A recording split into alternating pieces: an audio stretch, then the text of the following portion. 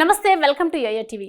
ఏపీలో ఎన్నికల్లో గెలుపు కోసం ప్రధాన పార్టీలన్నీ హోరాహోరీలుగా తలపడుతున్నాయి.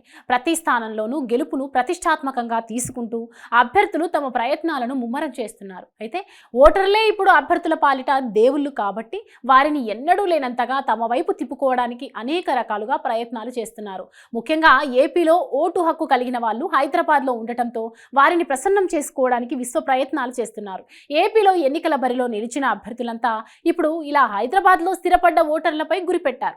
ఏపీలోని చాలా నియోజకవర్గాల్లో గెలుపోటములను నిర్ణయించబోతున్న ఈ ఓటర్లను ఆకట్టుకోవడానికి విశ్వ ప్రయత్నాలు చేస్తున్నారు.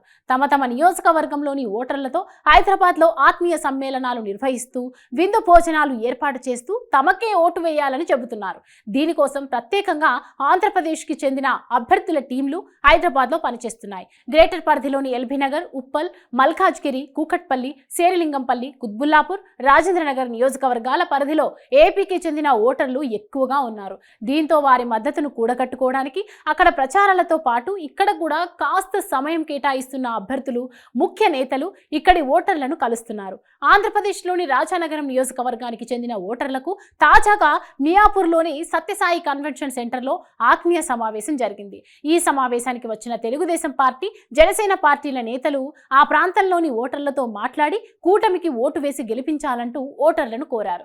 అలాగే వైసీపీ అభ్యర్థి కూడా హైదరాబాద్ లో ఉంటున్న తమ నియోజకవర్గ ఓటర్లకు ప్రముఖ హోటల్లో స్పెషల్ విందును ఏర్పాటు చేశారు.